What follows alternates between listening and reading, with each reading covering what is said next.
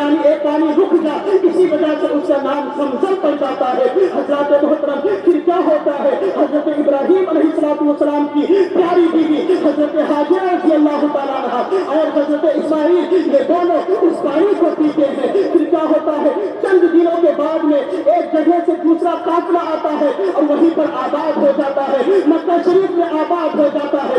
جب ابراہیم علیہ السلام حضرت حاجرہ رضی اللہ تعالیٰ عنہ کو اور حضرت اسماعیل علیہ السلام کو جب چھوڑ کر آپ واپس تشریف لے آتے ہیں، قریب جب حضرت اسماعیل علیہ السلام کی عمر شریف جب 13 سال کی ہو جاتی ہے تو حضرت ابراہیم علیہ السلام کو ایک خواب آتا ہے، رب کی طرف سے خواب آتا ہے۔ حضرت ابراہیم علیہ السلام کو رب کی طرف سے خواب آتا ہے، اے میرے ابراہیم اپنے پیارے بچے اسماعیل کی قربانی پیش کرو۔ فرشتوں نے معاملہ یہ ہے کہ کچھ فرشتوں نے رب کی بارگاہ میں عرض کیا، مولا جب سے ابراہیم کے گھر میں اسماعیل کی ولادت ہو گئی ہے تب سے ابراہیم جو ہے اپنے بچے سے بہت محبت کرتے ہیں، تیری محبت میں کمی آ گئی ہے۔ فرشتوں نے جب رب پروردگار عالم سے یہ عرض کی تو مولا نے کہا ٹھیک ہے، اگر تمہیں دیکھنا ہے تو دیکھ لے۔ حضرات محترم رب کی طرف سے ابراہیم علیہ السلام کو خواب آتا ہے،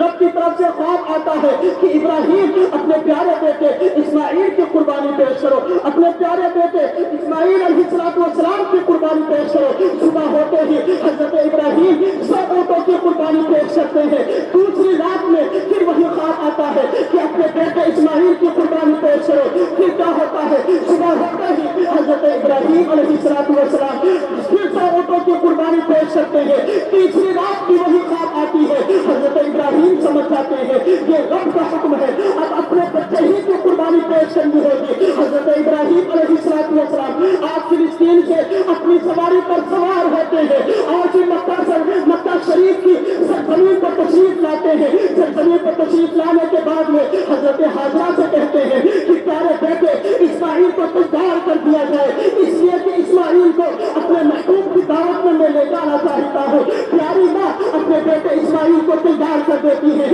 بالوں میں کنگھی کرتی ہے، آنکھوں میں سرما لگاتی ہے اور نہلاتی ہے، نیا کپڑا پہناتی ہے۔ پہنانے کے بعد میں حضرت ابراہیم کے حوالے کر دیتی ہے۔ حضرت ابراہیم علیہ السلام جو ہے اپنے ہاتھ میں ایک چھری اور ایک رسی جو ہم چھپا لیتے ہیں۔ چھپانے کے بعد میں ابراہیم علیہ السلام اسماعیل علیہ السلام کو اپنے ساتھ لیتے ہیں اور مینا کے میدان میں آتے ہیں۔ مینا میں جب آپ تشریف لاتے ہیں حضرت ابراہیم اسماعیل علیہ السلام سے کہتے ہیں، اے میرے پیارے بیٹے میں نے خواب دیکھا ہے کہ میں تجھ کو ذبح کر رہا ہوں، آخر تیری مرضی کیا ہے، تیری رائے کیا ہے؟ حضرت اسماعیل عرض کرتے ہیں، اے میرے ابو جان جس چیز کا آپ کو حکم دیا گیا ہے آپ اسے کر ڈالیے، انشاءاللہ آپ مجھے سب کرنے والوں میں سے پائیں گے۔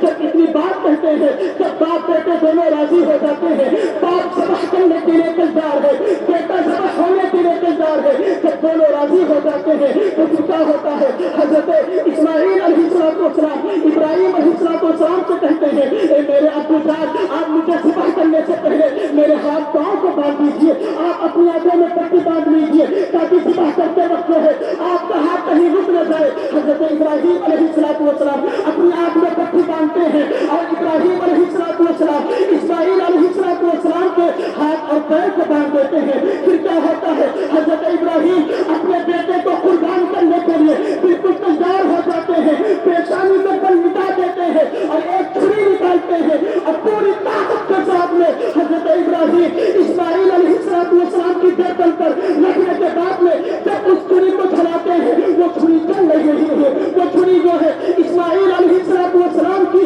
گردن کو نہیں کاٹ رہی ہے۔ حضرت ابراہیم جو تھوڑے غصے میں آتے ہیں اور اس چھری کو ایک پتھر پر مارتے ہیں، جیسے ہی مارنا تھا پتھر کے 2 ٹکڑے ہو جاتے ہیں۔ ابراہیم علیہ السلام کہتے ہیں، اے پتھر تو نے اسماعیل کے گلے کو نہیں کاٹا، لیکن ایک چھری تو نے اسماعیل کے گلے کو نہیں کاٹا لیکن پتھر کو تو نے 2 ٹکڑے کر دیا۔ تو چھری سے آواز آتی ہے، اے پیغمبر ابراہیم آپ ایک مرتبہ کہتے ہو کہ اسماعیل کی گردن پر چلتا، لیکن رب کریم مجھے 70 مرتبہ کہتا ہے کہ اسماعیل کی گردن پر چھری نہیں چلنی چاہیے۔ میں آپ کی بات مانوں، میں رب کریم کی بات مانوں۔ پھر حضرت محترم اسماعیل علیہ السلام کی گردن پر